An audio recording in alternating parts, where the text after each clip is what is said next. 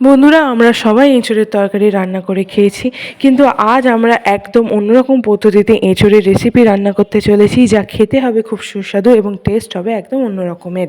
তাই ভিডিওটা স্কিপ না করে পুরোটা দেখতে থাকুন এবং আমাদেরকে অবশ্যই জানান আপনাদের এই ভিডিওটা কেমন লাগলো।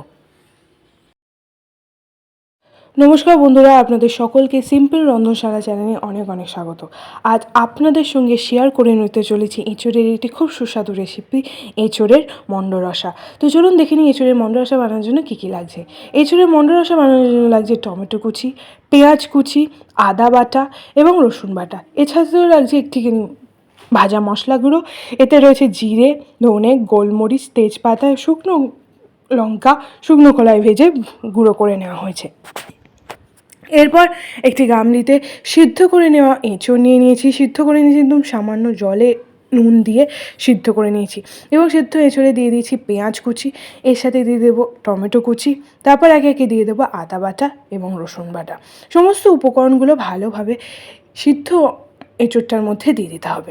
এর সাথে দিয়ে দিচ্ছি শুকনো লঙ্কা গুঁড়ো, হলুদ গুঁড়ো, কাঁচা লঙ্কা কুচি এবং সামান্য আলু ভাজা। আলু ভাজার বদলে আপনারা কাঁচা আলু বা সিদ্ধ আলুও দিতে পারেন। এবং তার সাথে দিয়েছি কারি পাতা এবং স্বাদ বাড়ানোর জন্য দিয়ে দিয়েছি চিনি এবং স্বাদ মতো নুন এবং তার সাথে দিয়ে দিয়েছি ভাজা মশলাটা। সমস্ত উপকরণগুলোকে খুব ভালোভাবে মিশিয়ে নিতে হবে এবং যত ভালোভাবে মাখাবেন এঁচোড়টার সাথে, তত সুস্বাদু খেতে হবে এঁচোড়ের মন্ড রসা। এঁচোড়ের মন্ড রসা বানানোর জন্য এই ডোটা তৈরি করে নেওয়া খুব জরুরি এবং ভালোভাবে ডোটা তৈরি করে নিতে হবে। এবং এর সাথে দিয়ে দিচ্ছি সামান্য পরিমাণে ময়দা। ময়দাটা দিয়ে ভালোভাবে নাড়তে হবে যাতে ডোটা একটুখানি খুব শক্ত শক্ত হয়ে যায় এবং মন্ডর ডোটা ভালোভাবে মিশে যায়। আরও সামান্য কিছুটা ময়দা দিয়ে দিলাম। ময়দাটা আপনারা নিজেদের পরিমাণ মতো দিয়ে দিতে পারেন। ভালো করে মন্ড রসার মন্ডের ডোটা তৈরি করে নিতে হবে। এরপর এটাকে ভাজার জন্য কড়াইতে সাদা তেল গরম করতে দিয়ে দিলাম। তেলটা ভালোভাবে গরম করে নিতে হবে। এরপরে মন্ড রসা থেকে মন্ডগুলো নিজেদের মনের মতো সাইজে তৈরি করে নিতে পারেন।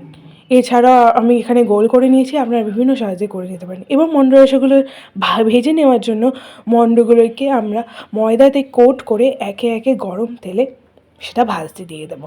এই সময় তেলের আঁচটা সামান্য থাকবে, অর্থাৎ মাঝারি থেকে লো ফ্লেমে থাকবে, খুব বেশি থাকবে না। মন্ডগুলোকে আস্তে আস্তে দিয়ে দিতে হবে এবং দেখতে হবে যাতে খুব বেশি পুড়ে না যায়। এটাকে আস্তে আস্তে ভেজে নিতে হবে। খুব বেশি লাল লাল হবে না, একটু মন্ডগুলো ভাজা ভাজা করে নিতে হবে। নেড়ে দিয়েছি, আস্তে আস্তে ভেজে নিয়েছি। দেখুন এরকমই লাল হবে, একটু বাদামি কালারের রঙের হবে, খুব বেশি পুড়ে যাবে না। মন্ডগুলোকে ভেজে নিয়েছি, এবার এটাকে তুলে নিচ্ছি এবং এইভাবে বাকি মন্ড রস থেকেগুলো আমি বাকি মন্ডগুলোকেও খুব ভালোভাবে ভেজে নেব এবং সমস্ত পদ্ধতিতে গ্যাসের ফ্লেমটা মাঝারি অবস্থায় থাকবে।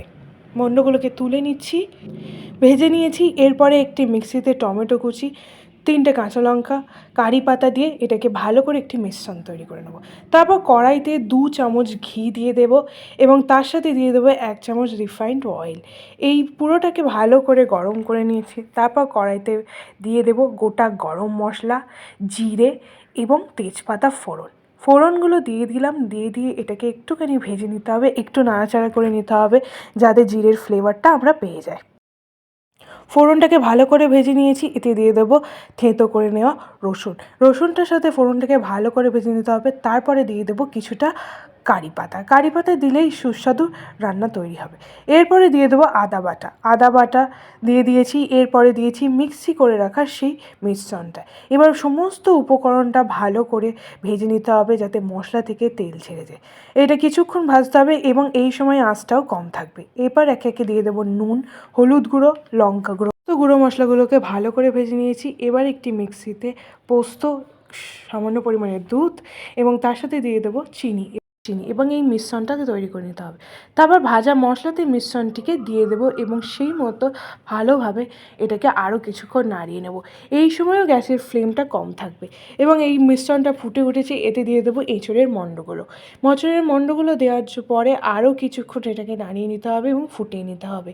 এঁচোড়ের মণ্ড রসা তৈরি হয়ে গেছে। এবার এটাকে একটি পাত্রে ঢেলে নেব। দেখতেও খুব সুন্দর হয়েছে এবং আশা করি খেতেও খুব সুন্দর হবে।